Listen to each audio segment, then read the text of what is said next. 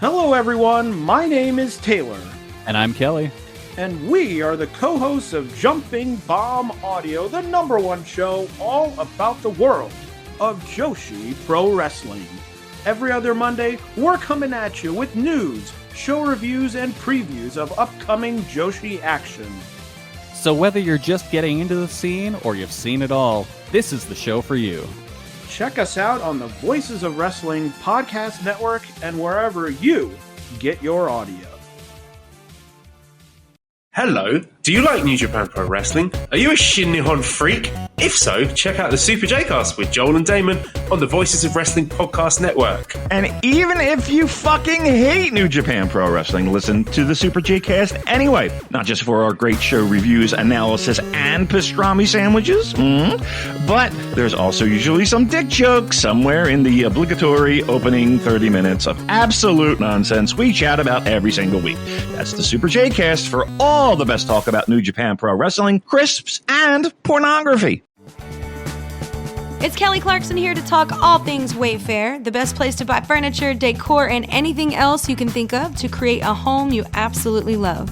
I know when I shop with Wayfair, I find options for every style, whether I'm feeling boho or farmhouse, modern, traditional, French country. I can find exactly what I need for my home and more. No matter your space, style, or budget, shop Wayfair.com to make your home way more you. Wayfair, every style, every home. This podcast is a member of the Voices of Wrestling Podcasting Network. Visit voicesofwrestling.com to hear the rest of our great podcasts, as well as show reviews, columns, opinions, and updates across the world of wrestling. To the highway in a brand new day. Over the rainbow, gotta let it go. So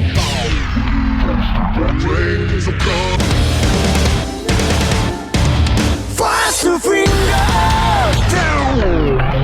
Touch tonight together. Hear everyone is singing.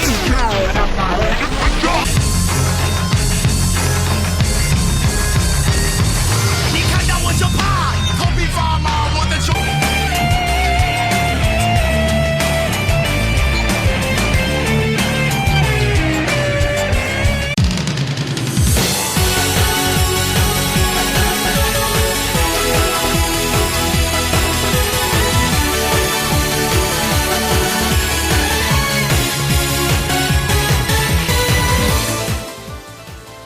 Welcome back to Open the Voice Gate for September 23rd, 2025. We are members of the Voices of Wrestling Podcast Network. You can find us on the Voices of Wrestling Podcast Network feed or on our own dedicated Open the Voice Gate feed, wherever you get your podcasts. You can find us on social media at Open Voice Gate. If you'd like to donate to the show, click the link in the show notes. It'll take you to our redcircle.com landing site. You click the red box that says sponsor this podcast, and you set up a one-time or recurring donation. No obligation whatsoever, but we would like to thank all of our previous donors.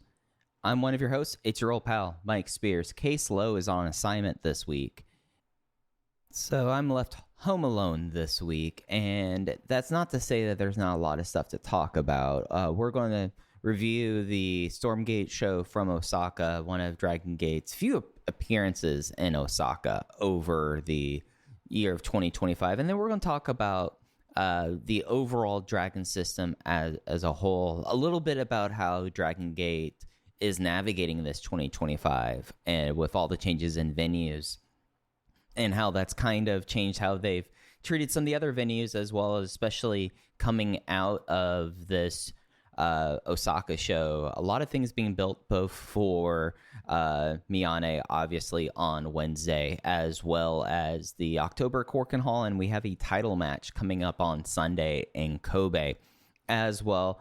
I kind of decided that I'm going to be doing the written review of Geita Miyane tomorrow, and I didn't know if I was going to wait until after I did the review to release this episode and have an audio kind of component of that, but what I think we're going to audible into is we'll talk some about that with Case next week. I'm not going to let Case get away and go on assignment and leave Miyane just for me. I feel like that we're going to have a little bit of a conversation about it next week.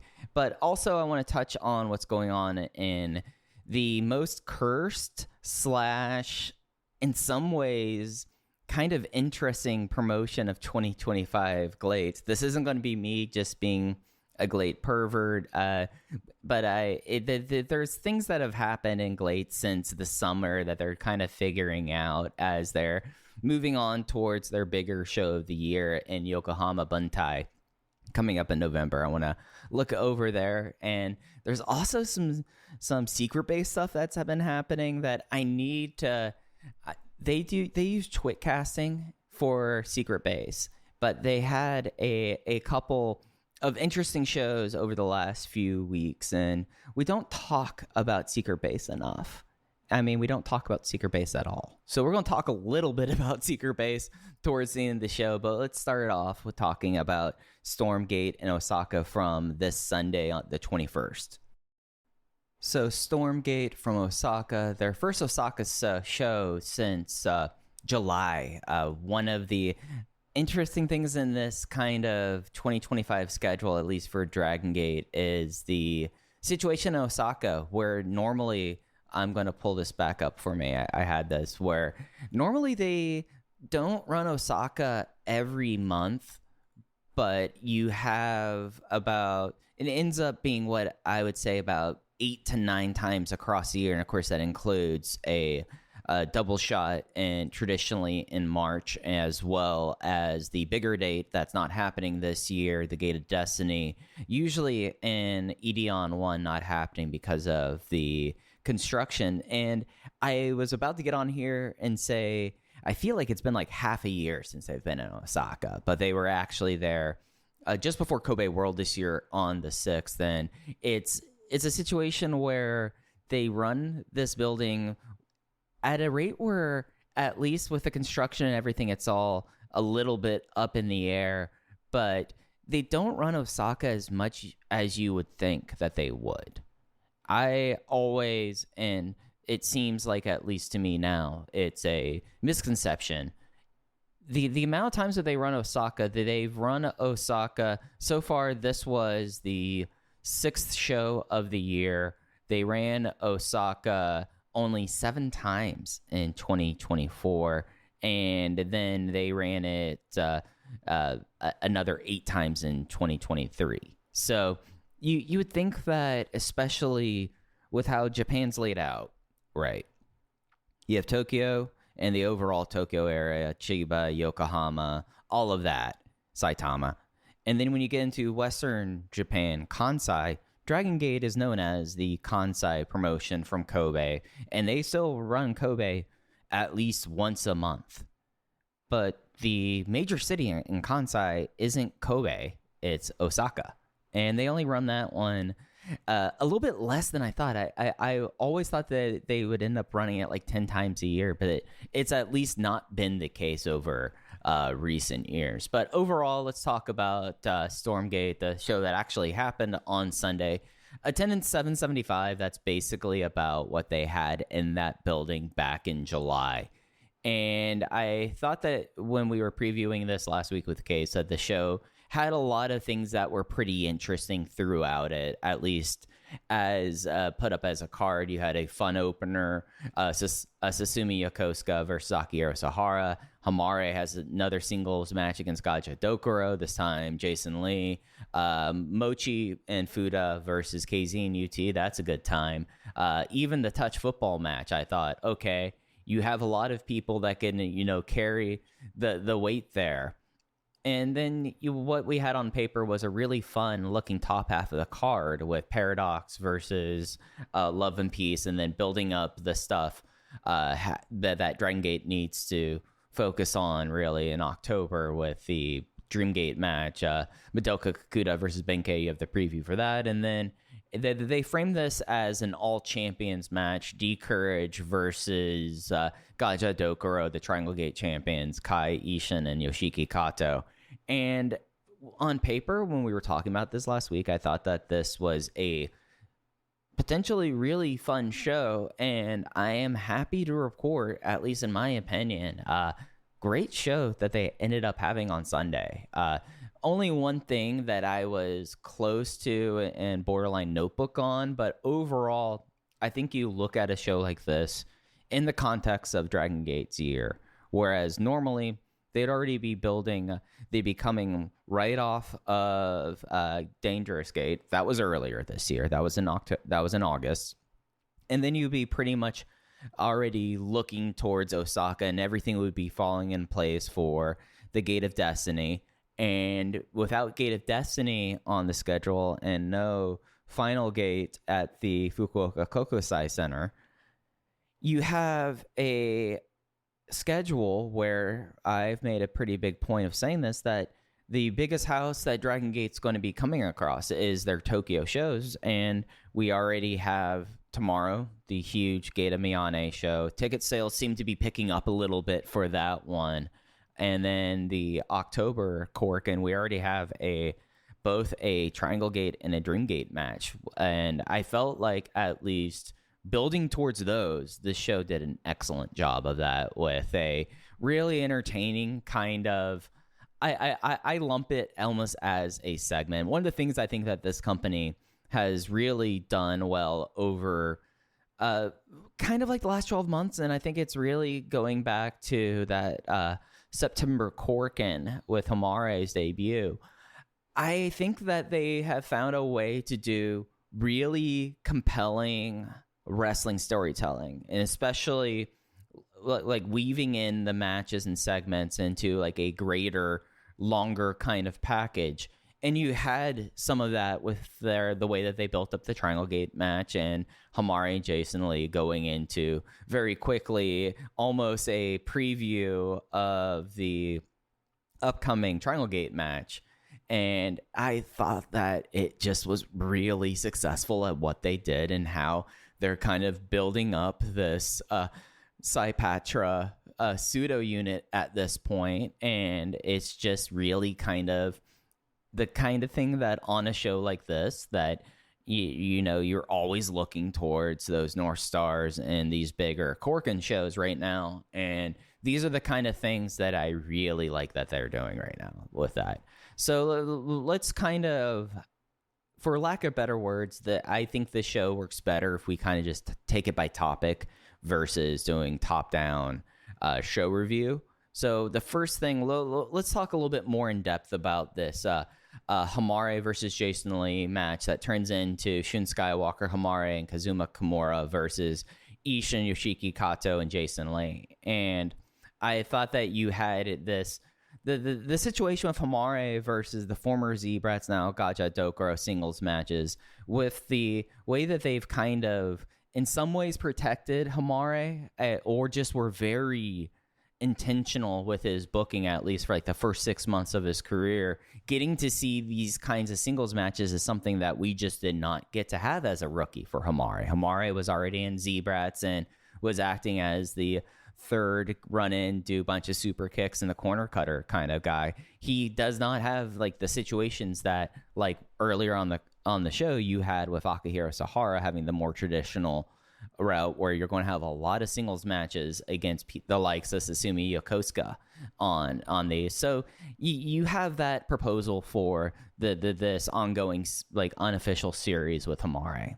And the work here was great in the 3-minute segment where Homare seems like he was already having Jason's number, and then right as Homare was getting close to a finish, or it seemed like that he was really picking up steam, Z-Brats immediately interfere. They throw the match out.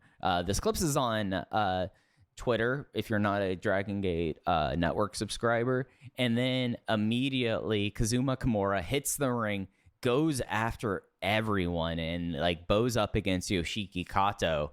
And then Ishin starts talking on the microphone, and that brings out Shun Skywalker, who is in his Barrow tracksuit and has a bag as if he did not have work on this show. So after everything was set up and he didn't have a match, he was going to go shopping. He hits the ring and he rips off the tracksuit, and of course Shun Skywalker's full bodysuit is on underneath it. Shun Skywalker is someone that I know Case has had issues with, at least like when his creative power has gone a little bit too far, when he's a little bit too much the Bugs Bunny cartoon character. But these were like the kind of things that like happening in Shun doing that I was really kind of thought that was a lot of fun. And you got a good bit of Kazuma Kimura early on in the match. Kimura is someone as a rookie that at least they treat him so differently than like even like Homare, who was treated differently. But part of that is just how he just like composes himself, the way that he just wrestles, and the way that like physically he is the type to immediately get up into anyone's face and he doesn't back down. And that kind of makes it a lot of fun to see him go up against guys like Ishin, Kato, and Lee, just because he is a rookie, but he does carry himself a lot more like someone who has been scrapping on the roster for years. And this is kind of like, this is his opportunity. And it's a nice thing to see. And one thing that in this section was only like 3 minutes too. So combined match time between the official Homare and Jason Lee match and this trios match, about 7 minutes. And then you add in the 4 minutes before it. So we're only talking about 15 minutes of a 2 hour and 20 minutes when you cut out the intermission show that I thought was just really well done for what it was. And during this 3 minutes, the thing that kind of hit me with it was how much I really enjoy Shun Mari as a tag team. I know that's something that I have brought up before, and really like taking a moment just to watch how they work as a team. And I think one of the things that really kind of draws me to the team, especially comparatively to the rest of the tag team landscape right now, Shun, Skywalker, and Homare, their teamwork like a lot less than it's actually like the one person that I would the one team I kind of compare it to, and I'm not just doing this as a bit, it's kind of Young Bucksian, because they work on misdirection. Think about how much of the famous Young Bucks double teams, not even the special maneuvers, but just like their the corner invasion where Matt's in the corner, the guy runs, and then Matt ducks out of the way, and Nick clocks them in the head. Things like that. That's a lot of what Shun Mari does. And I find it really kind of interesting, especially the setup to the Shun Skywalker boot, where it's always Homare like getting the guy tied up into the ropes, and then Shun standing in front of Homare, ducking down, and then Homare clocking them with a super kick.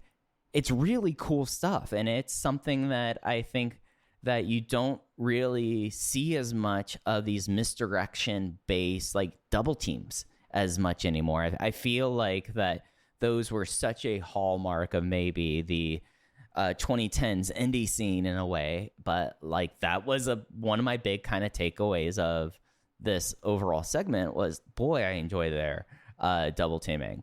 And the finish of this, Homare gets the win over Jason with the Momo latch. So the intended singles match does have kind of a conclusion.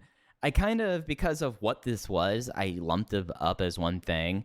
And this also very much includes how much I enjoyed this this intermission period with like where the first match breaks down and the second match comes together. I went 3.5 on this. I thought that for what it was and really preparing for that next Triangle Gate match, this is the kind of storytelling and build that leading to these points and these buildings that you're now doubling down on extremely hard. I thought that this was really kind of an effective bit of storytelling. The next thing I want to touch on is the semi-main event of the Osaka show. Love and Peace, Benkei and Hyo versus Gaja Dokuro, Madoka Kikuta, and Kota Minoura. And in this match, we have an interesting way that they've gone about this with Kikuta. And so the finish and really the match itself was 3 minutes.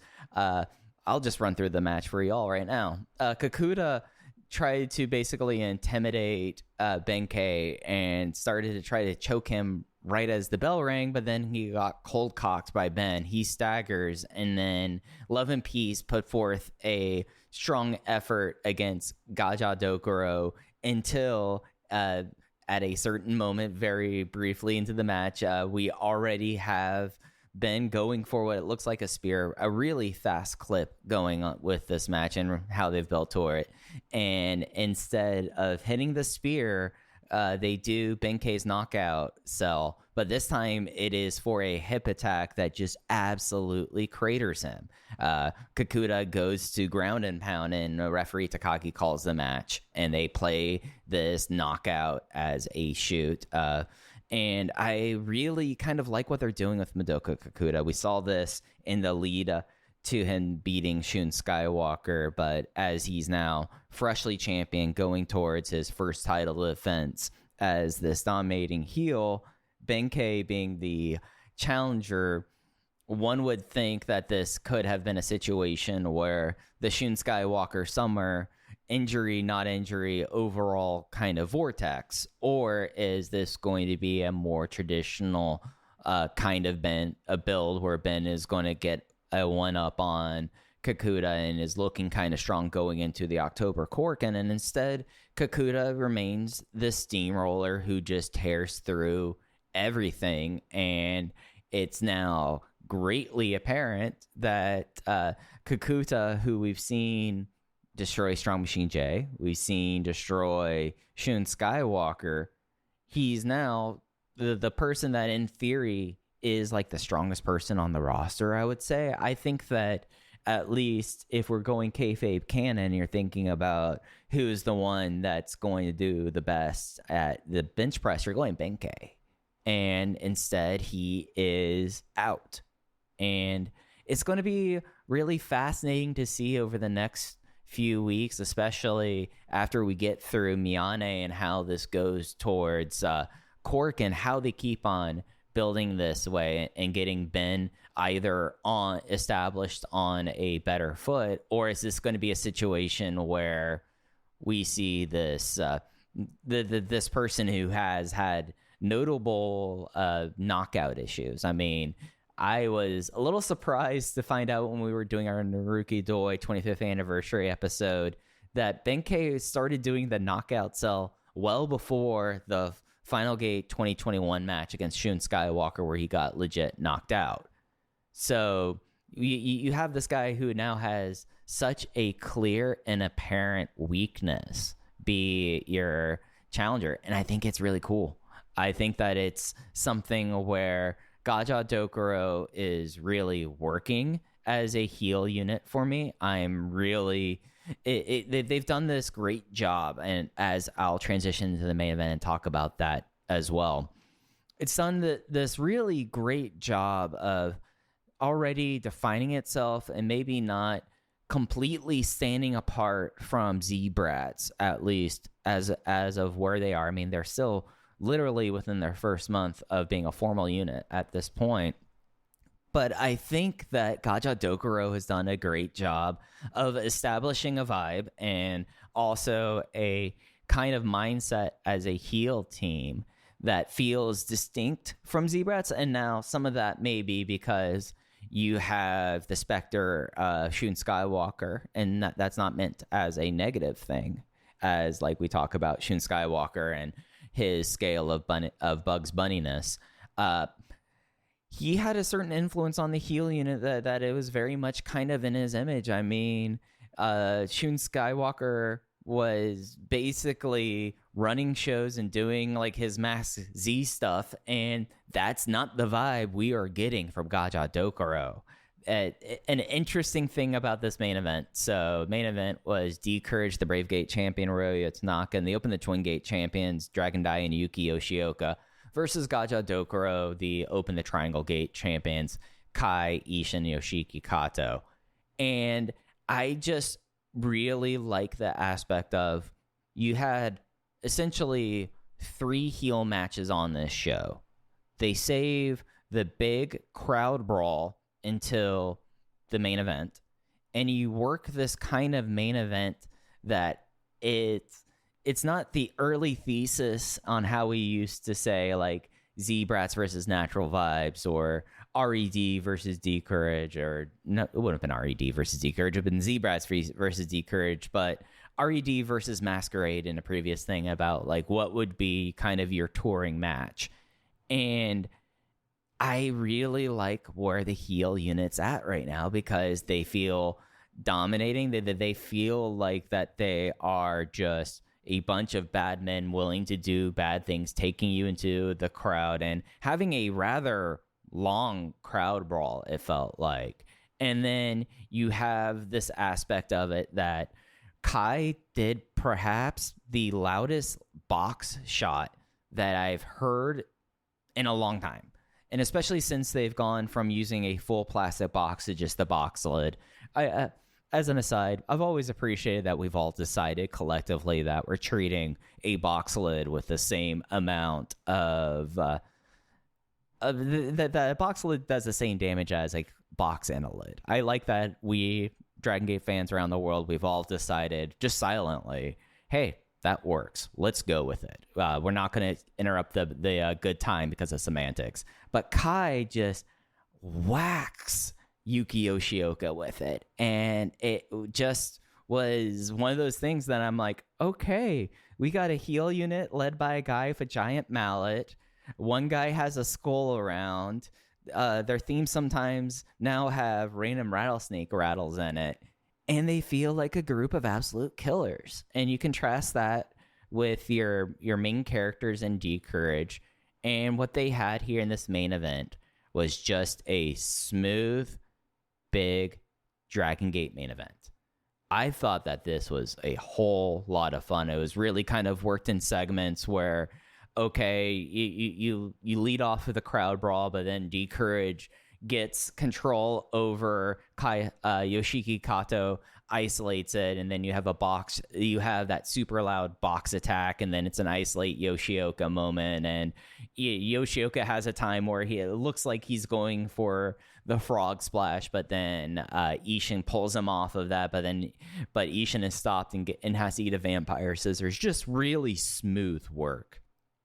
Just the kind of stuff you want to see in a Dragon Gate main event trios match. I don't think that this is going to be the test case of what this next generation or era of traveling match could be or should be. Especially, I mean, this is, even though this is the Triangle Gate champions in Kaisha and Kato, you don't have Kikuta in there. You don't have Jason Lee. Like some of the guys that, at least if I'm doing my Spears of Asians Pro Hustle in Our Hearts, and I'm doing a Dragon Gate 6-man, and it's going to be Gacha Dokuro, it's not going to probably be these three. Ishin's going to make it. But at least we can already see how well, and especially kind of outside of things around Madoka Kikuta, how good Gacha Dokuro is right now. The finish was between Kato and Ryoya Tanaka.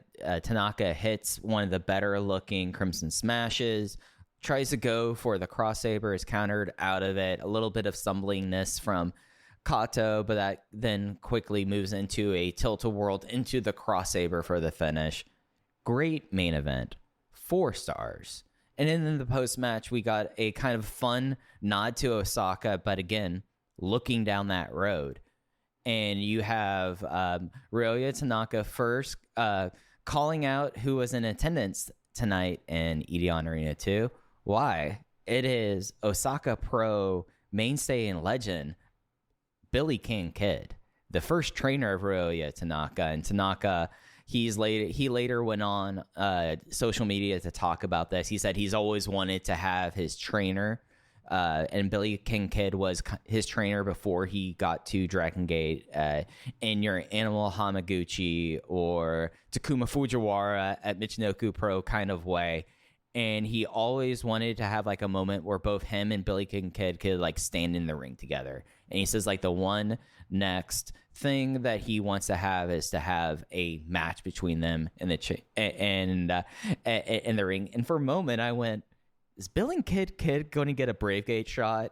Well, that's not the case. The next Brave Gate challenge was led by the champion Ryoya Tanaka as he calls out one of the more famous Brave Gate champions of all time, Flamita, for his next defense. And it's going to be happening this Sunday in Kobe, one of 2 matches already announced for Sunday's Sambo Hall show. And it does kind of feel like Tanaka, since he got the Bravegate at Kobe World, he's just been steamrolling these title defenses. And I don't know. I know there was already speculation about the Bravegate record. I need to go over to English Wikipedia, not Japanese Wikipedia for this. But they opened the Bravegate defense record. I think it's still Pac. I think Pac still has that defense record. Yeah, Pac with 11. And then both Dragon Kid and Flamita in his famous 2014 reign, 9 defenses. Ryoya Tanaka is already just motoring through this. This is defense number 5 for him. He's not going to be moving into like the top 5 defenses until he clears Flamita and then gets one more. Then you're in the Akira Tozawa 6th defense, Eternal Reign, and Naoki Tanizaki. It's interesting Bravegate titles. Like when we like really think about it, we have all of these legendary runs that are more often than not kind of like one-off runs for these wrestlers, like Pac's 2010 to 2011 title win, 11 defenses. The only person to clear a year as Dragon Gate champion, still the Iron Standard, I would say. And then you have both Dragon Kid. I did not remember at the time that Dragon Kid held the Bravegate champion for almost a full year, having 9 defenses there. And then Flamita's one we've talked about at length. But then you get into people like right down that list, Naoki Tanizaki. I feel like one of, at least for an era of Dragon Gate fans, one of the most famous kind of Bravegate matches is the Naoki Tanizaki versus Kagetora one in Fukuoka with like Tanizaki's daughter there. I think this was, they listed as Fukuoka, but I remember it being Star Lanes. That's probably not a good thing that I can immediately see prefecture and country and to know, oh, where that was. But that's one of those reigns. And Akira Tozawa's 2015 reigns is one of those. I guess, interestingly enough, like the next person down on that list is Hio's 2023 run. Of course, that one just going all through Big Hug, essentially, until he reached Dragon Dai at Kobe World that year. But it's Tanaka. He's already accomplished 4 within this such a short time period. Tanaka's at 4 with 70 days as champion. Masato Yoshino held the belt his first reign in 2006 for almost a full year to only have 4 defenses. So I think that's just kind of interesting kind of thing to look at it. Kaito Ishida, 4 defenses at exactly a year. We also had COVID going on then, and that kind of changes things a little bit there too. But that's kind of the air that already, if you're just looking at it by the numbers, Ryoya Tanaka is just barreling down towards is one of the, you know, I mean, he's only had the belt for 2 months. He's at 5 defenses. He is, and again, just going to be using Wikipedia here. Don't judge me for this. He has the 5th, 10th, 11th shortest reign right now. And he is already way up there on the defense records. So really looking forward to that in Kobe this weekend, as well as jumping down the card. The match 2, Masaki Mochizuki and Ryu Fuda versus KZ and UT of Natural Vibes. Strong match that really kind of was the Fuda show. And that was kind of the big open nebulous question about the guy. You did his story where he won the Dreamgate in his hometown. Where do you go to next? And it feels like Fuda's already getting moved out of the dojo, which is kind of the thing you want to see with this. And it was just a fun match with that was almost all Ryu Fuda working with UT and KZ. You had a really fun KZ submission in there that then what Mochizuki, what he really contribute to the match was punching KZ in the stomach. And I really did enjoy that kind of aspect. And then the rest of the match was kind of Fuda with UT. He gets the win with the Hiryu, another good undercard match for him. And he immediately challenges Mochizuki for another match, a singles match in Kobe. So those are the 2 matches we have for this Sunday at Kobe Sanbo Hall, Ryo Fuda versus Masaki Mochizuki, and opened the Brave Gate title, Ryoya Tanaka making his 5th defense against Flamita. It's nice to see that they're willing to already go to that point and move Fuda along. I think that maybe there was like an internal thing of we're not really doing anything with this guy until we can do this match that we've kind of vaguely promised for like the last four years since this guy became a Dragon Gate wrestler. It was always doing that match in Sendai. And I think that moving him out of the dojo, and if this is kind of how it goes, needs to happen. I still feel like there's a bit of Ryo Fuda kind of figuring out who he is as a wrestler. He's gone as like a straight kick guy to now being a kick guy who then will do air raid crashes in a devastating looking muscular bomb variant. Kind of want to see a little bit more of like a full transition than just adding these moves on top. But it'll be fun to see how this goes. Of course, Case's big point is the surest thing to have a great Ryo Fuda match is to have it against a Mochizuki. So we have that on paper. So at least there's a level of expectation for this for Fuda. But I ended up thinking like, all right, we are moving and putting the emphasis on Kobe, especially given that the big fall thing you had in Kobe last year was Geita Miyane, just for like, since and everyone just knows what we're dealing with here about as we get into next year about that, or into next week about this. They claimed over 1,100 for Geita Miyane in Kobe last year. So you had that, and then the company in general since then, I mean, they had their summer festival with the 3-way 9-man just last month there. The 624 was what they did for that. So you need to kind of, as you're doing this more focus towards Cork and having Miyane there instead of in Kobe, need to give something to the hometown guys. And I think that at least on paper, I like those two matches. I think that they're really, I think that for Tanaka being a Brave Gate champion, kind of needs to have the Flamita match. In some ways, it's just like a checklist on what do you do as like a Brave Gate champion. When you get down to a certain point, eventually you have to have the Flamita match. And then Mochizuki and Fuda, I think those are at least two fun things for me. And Kobe this week. It's Kelly Clarkson here to talk all things Wayfair, the best place to buy furniture, decor, and anything else you can think of to create a home you absolutely love. I know when I shop with Wayfair, I find options for every style, whether I'm feeling boho or farmhouse, modern, traditional, French country. I can find exactly what I need for my home and more.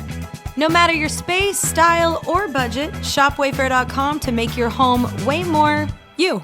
Wayfair, every style, every home. Okay, I've talked about most of the show. We're just going to hit on everything else that we had on the show. The only upper card match I didn't talk about was Paradox, Yamato, Naruki Doi, and Dragon Kid versus Love and Peace, Jackie Kamei, Mochizuki Jr., and Rita. This was a really fun 6-man tag. I mean, the show in general was just a lot of fun. And you had kind of aspects of everyone teeing off on Kamei and then going into Love and Peace, irritating Paradox, doing things such as Rita doing an extended Yamato fan appeal, and just solid and fun work pieced around this. There was a Jackie Kamei fan in the front row that Naruki Doi took a little bit of exception to and was like beating on Kamei like right next to her, and then also in the post match.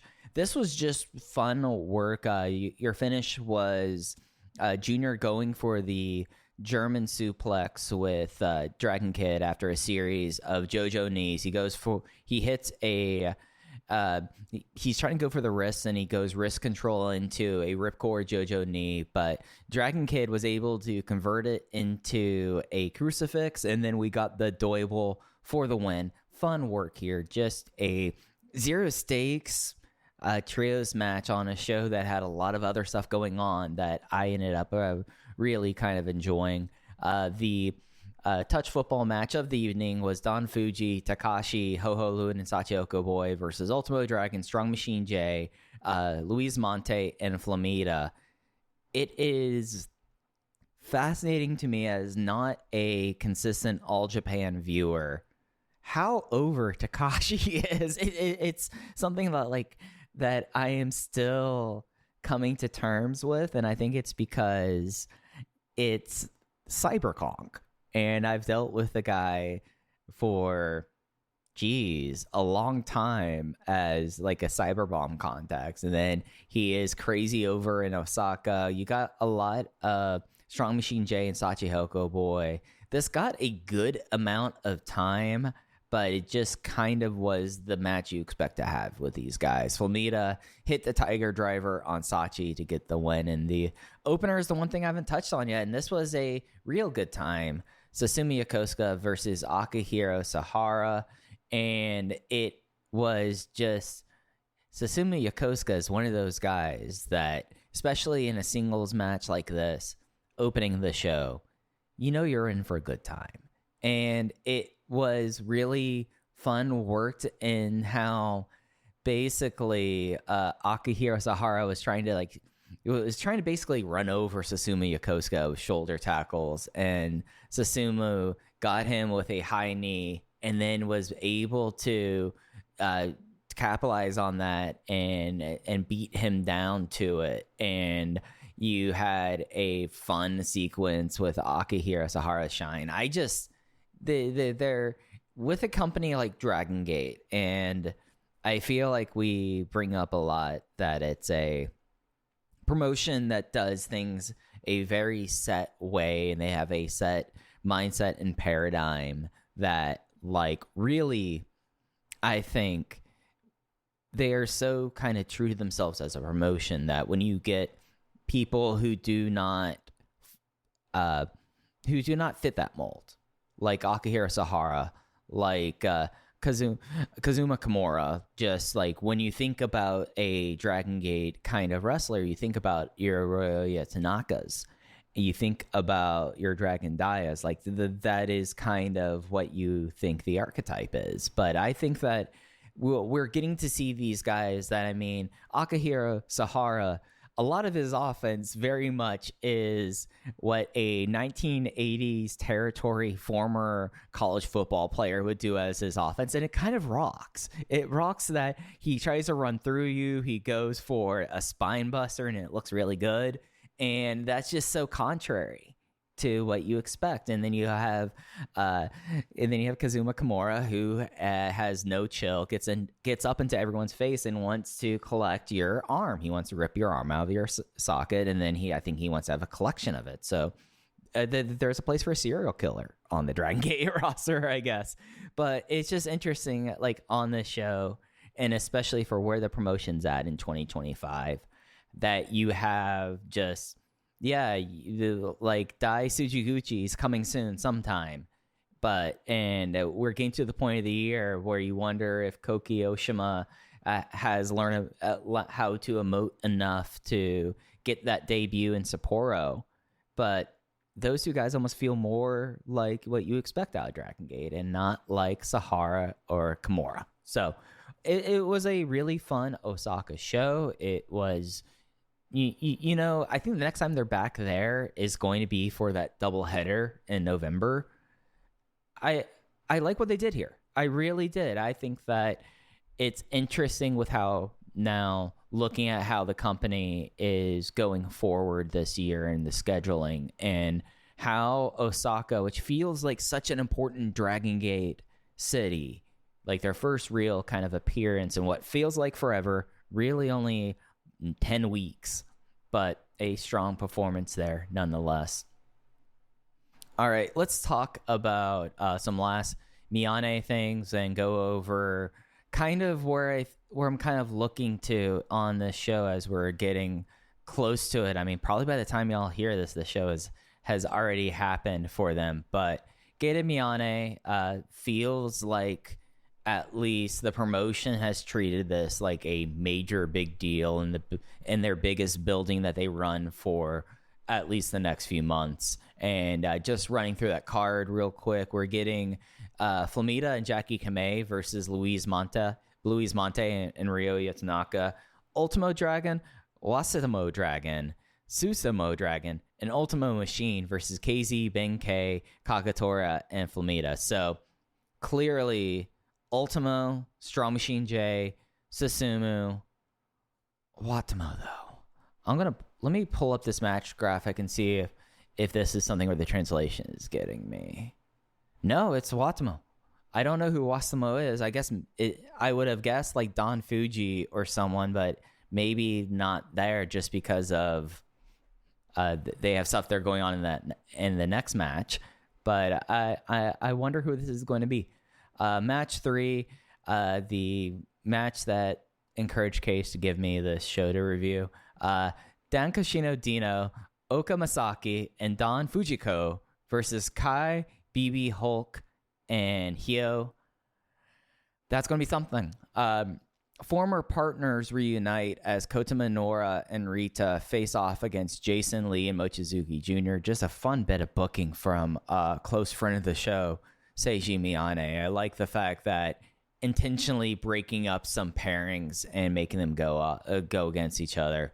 I like that a lot. And then match 5, Yuma Anzai from All Japan Pro Wrestling is Y, teaming with Homare versus Madoka Kikuta and Yoshiki Kato.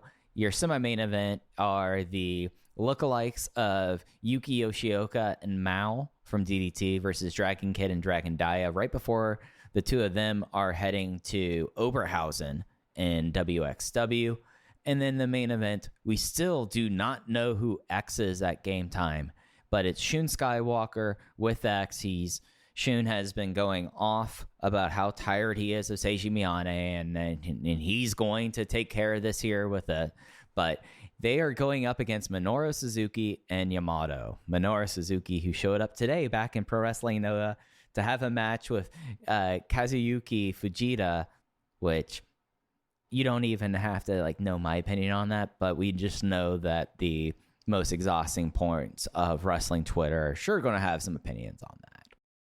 As we look across the Dragon system, some things are kind of becoming very clear. I think that we talked a lot about Dragon Gate's business and how things are really positioning for these upcoming Corkin shows. And you contrast that with the promotion known as GLEAT. And it is been a while since really we talked about GLEAT. And what we're seeing right now, I feel like in this promotion, and I'm not going to do show by show or match by match stuff for this section here.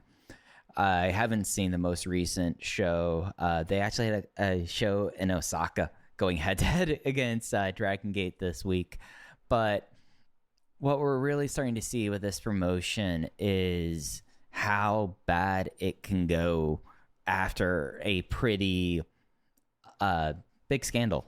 I mean, there's kind of no way to really talk about GLEAT without in its recent history than how differently the company is after their anniversary show on July 1st and how really the suspension and then departure of Issei Onitsuka has completely kind of turned the promotion on its head. So right now, the only champion in GLEAT is Kazuhiko Nakajima, who is both G-Rex and Ladette UWF champion. The G Infinity Championship, we'll talk about what they're doing to set up to find the next one of that. And then in a bit, there really hasn't been anything about the G-Rush division since Onitsuka's departure, but it does. But right after he gets fired, resigns, they have a very quick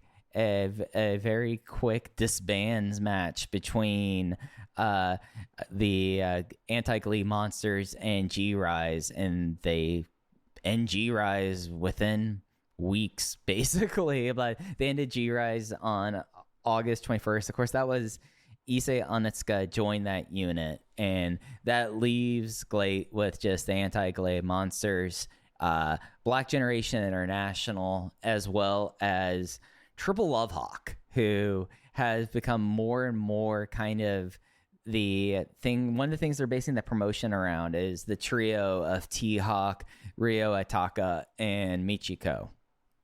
But this is the business in GLEAT has gotten pretty bad. And I mean, this is for a company that went from Tokyo Dome City Hall to now Gotanda Gallery, which I guess is a part of this same complex. I'm trying to see if anyone else ever has run Gotanda before. I do not have anyone else ever running this building. So it's this big void room. They have only been able to get 340 people there for their anniversary show, and their most recent show that they had there 2 weeks ago, headlined by Triple Love Hawk versus Evo Joshi with Shuji Shikawa, Sawama, and Zones. That only did 164. So this is a company that is... it's really going to test how much money you can put into something and for it to before someone is willing to pull the plug, because they are moving towards a El Men versus Kazuhiko Nakajima G-Rex title match, which seems okay. They've kind of told the story that Kazuhiko Nakajima has consistently had everyone's number since being there. And they're building up to the tag titles, the G Affinity titles were vacated after Onitsuka's departure. 4 teams have kind of become the ones that are going to be fighting for it. Starting off this weekend, we're having a 3-way contenders match of Takahiro Yamamura and Junji. They're still teaming. Yeah, I guess really going from Strong Hearts to G-Rise to now just teaming versus Shaman Ryuichi Kawakami and Brass Knucks Jun of the Anti-GLEAT Monsters, and Kaito Ishida and Kazuma Sakamoto, who after Bulk Orchestra disbanded, almost everyone from Bulk Orchestra ended up in Black Generation International. Both Sakamoto and Quiet Storm joined up, and then later on, just like a week ago, Tetsuya Izuchi and Kataro Suzuki both jointly left Black Generation International, who still exists. It's Kaito Ishida, So Damanji, Kazuma Sakamoto, and Quiet Storm. Just why are we doing this? But those 3 go on to face Shima and Kuroshio Tokyo, Japan at their Corkin Hall show on October 7th. And this show also has T-Hawk October 9th. It has T-Hawk versus Shinya Aoki. They're calling this GLEAT version X, strong opponent. And it's one of those shows that, I mean, with where GLEAT's at and how everything is going for them, and especially with like the fact that they've been basically drawing this like 100 people for Tokyo pretty much ever since moving out of Shinjuku phase. Now they have a Tokyo Corkin Hall show and a Yokohama Buntai show in November. It's a situation where I can't tell you the last time that they drew over 1,000. I guess technically their Vermega and Osaka was claimed 1,078. That's the last time that they drew over 1,000 fans. I just don't think that the future looks good for this promotion. I don't think that we're basically all the chips now are on Nakajima and Lindemann to make this into it. And really, it seems like that although they weren't doing great, the scandal of Issei Onitsuka has had a tail that has immediately impacted their business. And I just don't think that at this point, as long as Ledette's willing to fund this promotion, it will exist. But at a certain point, a company that has had success in other things, like with their bar business and even, I mean, some of their other promoting, you have to recognize when things are done. And you kind of contrast that with the other part of the Dragon system that no one really ever talks about, people that sometimes forget that exist, but I always have a big place in my heart for it. Secret Base. Secret Base, because of kind of where things are in the Dragon system and the amount of freelancers and such, they have been getting people like Naruki Doi and as well as Brother Yashi a good deal. And it's a promotion that Hanaoka is the captain of Secret Base. That's their championship. He is easily, outside of Motosugu Shimizu, the most recognizable guy that's kind of stuck around here. But it's a promotion that keeps on kicking. It does not usually, I mean, like their big show this year, there was in a great name that I love, Secret Base, Shinjuku Face 20th anniversary, Secret Galaxy Days 2025. That's a great promotion. That's a great show name.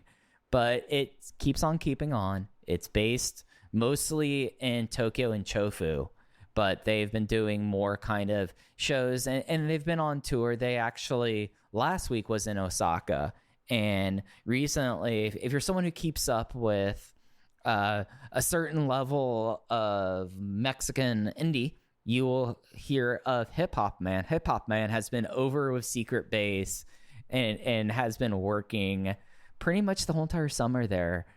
And it's one of those things that it's kind of cool to see these people pop up in places like this. Like, he has been over there since August. He has wrestled for Katsuo's Dandan Ring promotion, has wrestled for Michinoku Pro, has wrestled for Mary Pro, so worked for Yashi's promotion, has worked for Secret Base. This guy has managed somehow over a period of 5 weeks to basically work for the entirety of the Dragon system without appearing in Dragon Gate proper. Don't know if Hip Hop Man's getting booked on either of those GLEAT shows. I kind of hope he does, just because that, for me at least, is one of the more fascinating Japan tours of a long time.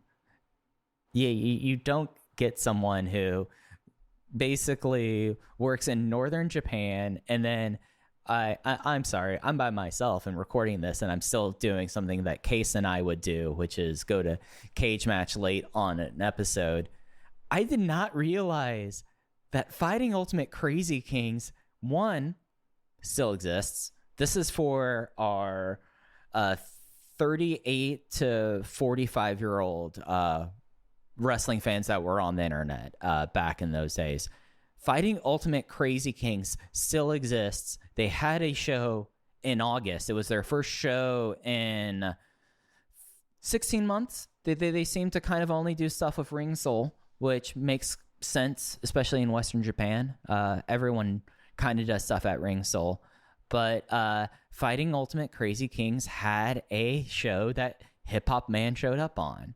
Other names that anyone would have heard of, Naoshi Sano was here for Fighting Ultimate Crazy Kings, as well as Blanky Maho, someone that always kind of appears when GLEAT goes out west. But wow, Hip Hop Man might be doing something special this summer. And I think that's probably going to do it for this week by myself. Thanks for everyone who stuck with me. I hope y'all kind of enjoyed this little bit of a focus around like the overall state of Dragon Gate and Torimon and their successor promotions. Just like a quick little stop in to see what's going on in the other parts of the tree, and having just like a really fun Osaka show this Sunday that has me now. I am ready to go for Miyane tomorrow. My written review will probably be up Wednesday or Thursday over at Voices of Wrestling. We'll have Case back next week, and we're almost in October, and I think we don't have a date yet, but there'll be those days in October, and that's coming faster than we realize it. You can follow Open the Voice Gate on social media. We're on Twitter at Open Voice Gate. We're also over on Blue Sky at openvoicegate.com. bsky.social. If you just do open for the voice gate, you'll find it that way. Case is on Twitter at _InYourCase. I'm on Twitter at FujiHeya. You could also step into the Voices of Wrestling Discord if you want to have other stuff about Open the Voice Gate and Dragon Gate in general. There's the great Dragon Gate channel where we always have like matches of the week there. Andrew's always posting those there and people tweeting through the shows, as well as the Open the Voice Gate channel. And that's probably where you will get the first word on what day or what week those days is coming back for. But it has, whenever we have those days, that's where our match listings get posted. There's also the spreadsheet that Case has constructed that has, as a pinned message, has all of our previous historical episodes. So not just those days, but our 50-episode series covering the entirety of Dragon Gate USA, as well as other Rewind or Rewatch episodes, some doing last year for the Dragon Gate's 25th anniversary, the Dragon Gate 25, just other great stuff there. So just, if you want to find those, go to the Voices of Wrestling Discord to find that. But that's going to do it for us this week. We'll be back with Case next week. Hope everyone enjoys Gate of Miyane, and we'll talk to you then. Take care. Hello, everyone. My name is Taylor. And I'm Kelly. And we are the co-hosts of Jumping Bomb Audio, the #1 show all about the world of Joshi Pro Wrestling. Every other Monday, we're coming at you with news, show reviews, and previews of upcoming Joshi action. So whether you're just getting into the scene or you've seen it all, this is the show for you. Check us out on the Voices of Wrestling podcast network and wherever you get your audio. Hey kids, Jeff Hawkins from Shake Them Ropes here, and for almost 15 years we have been part of Voices of Wrestling. Myself and Chris Novembrino give a review of that week's news, the lazy river of wrestling criticism of that week's WWE and AEW, and then Vader Club, where we watch something from one of our past, or something we may have missed. Smart, snarky, and sometimes serious, but not always. That's us, and if that's your vibe, we'd love to have you listen to Shake Them Ropes every week on the Voices of Wrestling Podcasting Network.